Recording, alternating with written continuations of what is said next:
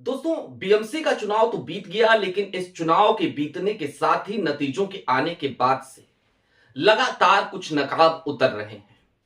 और ये नकाब दुनिया के सामने थे, लेकिन राहुल गांधी इस तल्ख हकीकत को बहुत पहले पहचान गए थे क्या? और यही कारण है कि कांग्रेस ने उद्धव ठाकरे से इस बार किनारा कर लिया था। उद्धव ठाकरे भारतीय जनता पार्टी की गोद में जाकर बैठ चुके हैं क्या, या फिर कि सेटिंग बहुत पहले हो गई थी क्या? और एकनाथ शिंदे को क्या दूध में से मक्खी की तरह निकालकर भारतीय जनता पार्टी अब बाहर फेंक देगी? और इन सब के बीच एक लंबी फहरिस्त उन लोगों की जो कांग्रेस को लगातार धोखा दे रहे हैं या धोखा दे रहे थे। सारी बातें जरा विस्तार से करेंगे। नमस्कार, मैं स्वप्निल और आप मुद्दा देख रहे हैं। दोस्तों, आगे बढ़े उससे पहले वही छोटी सी अपील। मुद्दा इन दिनों एक गंभीर आर्थिक संकट से जूझ रहा है। एक तरफ हमारे मेन बैंक अकाउंट्स फ्रीज चल रहे हैं, तो दूसरी तरफ हमारे 2.5 साल पुराने चैनल को हमसे लंबे समय तक छीन कर रखा गया था। ऐसे में डे टू डे ऑपरेशंस में मुद्दा को काफी मुश्किलों का सामना करना पड़ता है। लिहाजा आपसे गुजारिश है, यदि आप चाहें तो स्क्रीन पर दिख रहे क्यूआर कोड या फिर के नीचे दिख रहे यूपीआई नंबर के जरिए मुद्दा की छोटी छोटी मदद जरूर कीजिएगा, ताकि हमारी बेबाकी लगातार सलामत रहे। अब आगे बढ़ते हैं।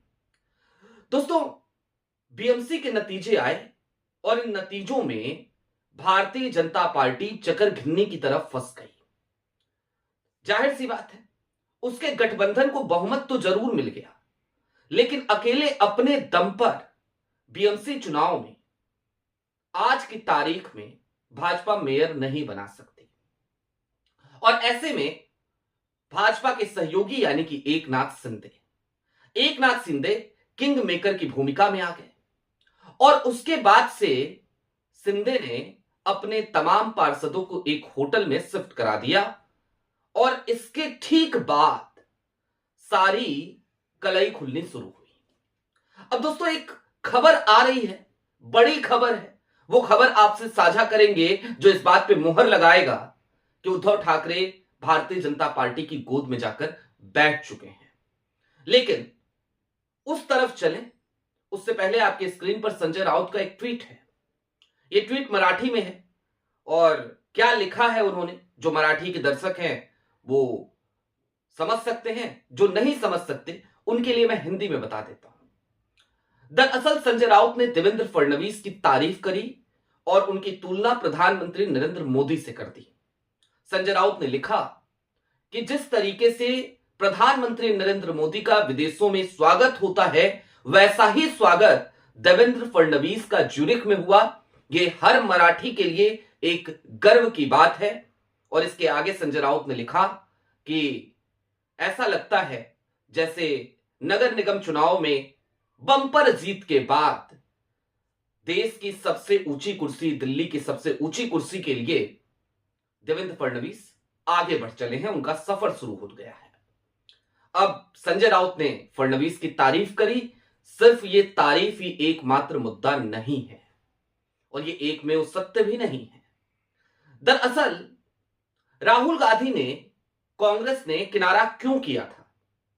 और मेरी उस समय पे बात हुई थी, कांग्रेस के एक बड़े नेता हैं, तमाम टीवी डिबेट्स में आप उन्हें देखते हैं, महाराष्ट्र से आते हैं, मैं नाम नहीं बताऊंगा। उन्होंने मुझे कुछ हिंट बहुत पहले ही दे दिया था, पवार को लेकर के भी, उद्धव ठाकरे को लेकर के भी, और आज उनकी हर बात मुझे सही साबित होती नजर आ रही है। और लिहाजा कांग्रेस का वो फैसला भी सही लग रहा है। अब बड़ी खबर क्या है आज की, वो जरा जान लीजिए। उद्धव ठाकरे ने अप्रत्यक्ष समर्थन देने का निर्णय लिया है भारतीय जनता पार्टी को, यानी कि एकनाथ शिंदे की भूमिका की कोई जरूरत ही नहीं रहेगी। अब ये आप कहेंगे अप्रत्यक्ष समर्थन क्या होता है? बिना शर्त समर्थन सुना था, बाहर से समर्थन सुना था, ये अप्रत्यक्ष समर्थन क्या है? दोस्तों, 227 सीटों की बीएमसी है, और 227 सीटों की इस बीएमसी में बहुमत का आंकड़ा भारतीय जनता पार्टी नहीं छू पाई है। 89 सीटें हैं। अगर उसे बहुमत का आंकड़ा छूना है, अपना मेयर बनाना है, तो उसे सहयोग की जरूरत पड़ेगी एकनाथ शिंदे के 29 पार्षदों की। लेकिन यदि एकनाथ शिंदे के 29 पार्षद सपोर्ट नहीं करेंगे या फिर की शर्त रखेंगे भारतीय जनता पार्टी के सामने, तो फिर भारतीय जनता पार्टी क्या करेगी? और शर्त रखी जा चुकी थी। शर्त क्या थी वो भी जान लीजिए। या तो 2.5 साल के लिए मेयर हो, मतलब कि 2.5 साल भाजपा, 2.5 साल एकनाथ शिंदे, और इस 2.5 साल में भी पहला मेयर शिंदे गुट का हो, शिवसेना शिंदे गुट का। यह शर्त थी। अब इस शर्त को स्वीकार करने के लिए तो भारतीय जनता पार्टी बिल्कुल तैयार नहीं है। तो अप्रत्यक्ष समर्थन का मॉडल बड़ा नायाब मॉडल है, जिसमें जब मेयर के लिए वोटिंग होगी तो फिर उद्धव ठाकरे गुट के जो पार्षद हैं वो पार्षद प्रतिभाग ही नहीं करेंगे, और जब वो प्रतिभाग नहीं करेंगे तो बहुमत का आंकड़ा कम हो जाएगा और मेयर चुन लिया जाएगा भारतीय जनता पार्टी का 89, मात्र 89।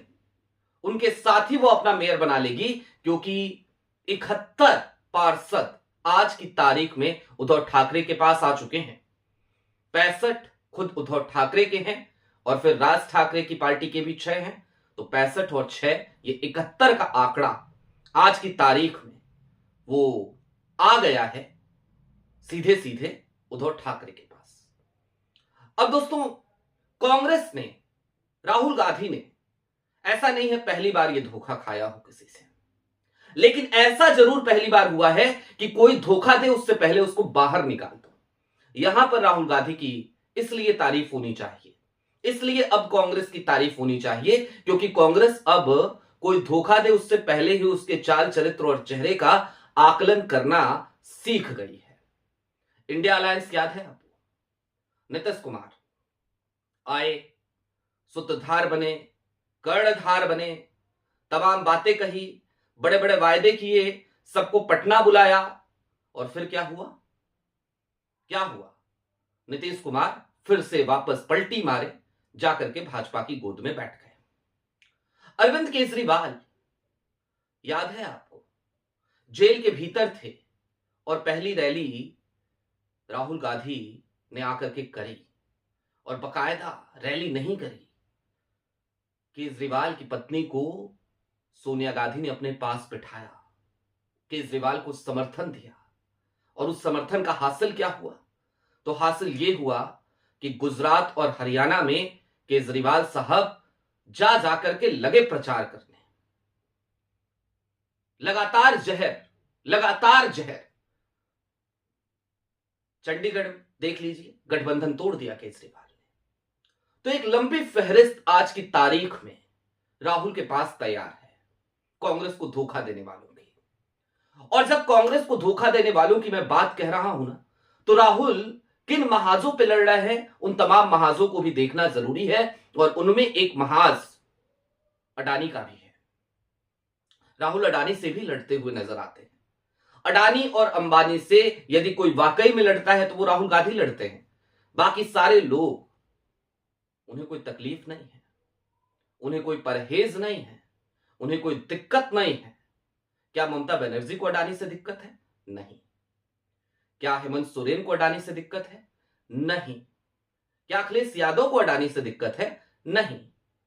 शरद पवार के घर राहुल गांधी जब पहुंचे थे और अडानी साहब वहां आ गए थे, तो फिर कोशिश तो यही थी कि किसी भी तरीके से एक फ्रेम में दोनों कैप्चर हो जाए। अडानी साहब आए भी, आगे बढ़े भी, राहुल को किसी भी तरीके से बदनाम करने की एक गजब की साजिश भी हमें लगती है अब इसमें, लेकिन राहुल ने मुंह फेर लिया, ना बातचीत करी, ना हाथ बढ़ाया, ना हाथ मिलाया, और निकल लिए वहां से। अब दोस्तों, चलते चलते इस बात को और समझिए कि कांग्रेस यदि यूं ही कोई धोखा दे उससे पहले अगर उसे पहचानने लगी है और ये कुव्वत उसके अंदर आ गई है, तो ये बड़ी बात है।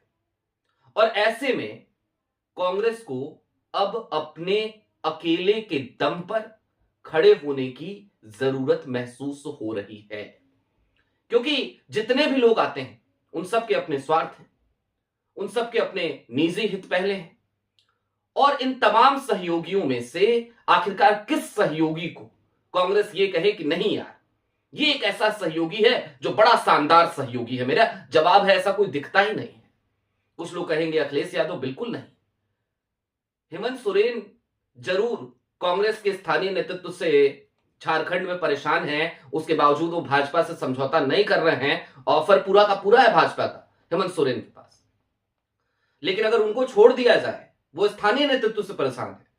कांग्रेस के साथ एक दिक्कत यह भी है कि उसका स्थानीय नेतृत्व भी कई बार बहुत सारे गड़बड़ियां करता है, जहां पे सत्ता में साझेदार बन जाता है। लोग लगते हैं अपना महल बनाने, और कांग्रेस जो 70 साल लोग चिल्लाते हैं, जो भी 6 दशकों तक कांग्रेस ने इस देश पे शासन किया, सत्ता में रही, उनमें किसने अपने महल बनाए? क्या राहुल गांधी ने बनाए? क्या सोनिया गांधी ने बनाए? क्या गांधी परिवार ने बनाया? जवाब है नहीं। जो गांधी परिवार के इर्द गिर्द घूमा करते थे, टहला करते थे, उन सब ने अपने अपने महल खड़े कर लिए।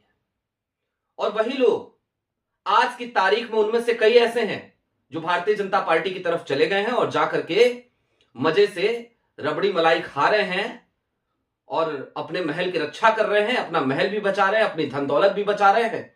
जब इधर थे तो डर सता रहा था, उधर गए तो वॉशिंग मशीन है वहां।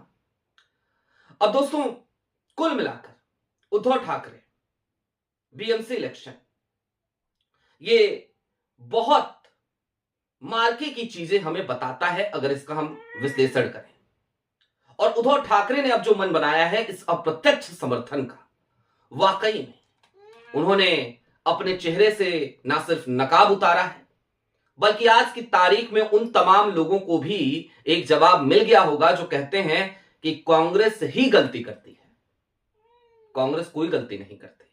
कांग्रेस ने बीएमसी इलेक्शन में उद्धव ठाकरे से किनारा करके भी कोई गलती नहीं करी थी, और इस बात की बानगी आज हमें स्पष्ट रूप से दिखाई दे रही है। बहरहाल, फहरिस्त तैयार है कांग्रेस के पास। आगे आने वाले दिनों में आप देखिएगा और भी बहुत से सहयोगियों से कांग्रेस कन्नी काटते, किनारा करते नजर आएगी। आपकी क्या राय है, हमें कमेंट बॉक्स में जरूर बताइएगा। अभी के लिए दीजिए इजाजत। चलते चलते फिर वही अपील, चैनल पे नए हो तो सब्सक्राइब करते हुए जाइएगा, सक्षम हो तो मुद्दा की छोटी छोटी मदद जरूर कीजिएगा।